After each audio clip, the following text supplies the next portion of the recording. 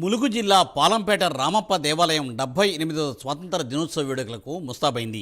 UNESCO గుర్తింపు పొందిన రామప్ప దేవాలయాన్ని 3 రంగుల జాతీయ జెండా విద్యుత్ కాంతులతో అత్యంత సుందరంగా అలంకరించారు. విద్యుత్ కాంతుల నడుమ విరాజిల్లుతున్న రామప్ప ఆలయం సుందర దృశ్యాలను డ్రోన్ వీడియో ద్వారా చిత్రీకరించారు. దీంతో రాత్రిపూట విద్యుత్ కాంతులతో రామప్ప ఆలయం పర్యాటకులను ఎంతగానో ఆకట్టుకుంటోంది.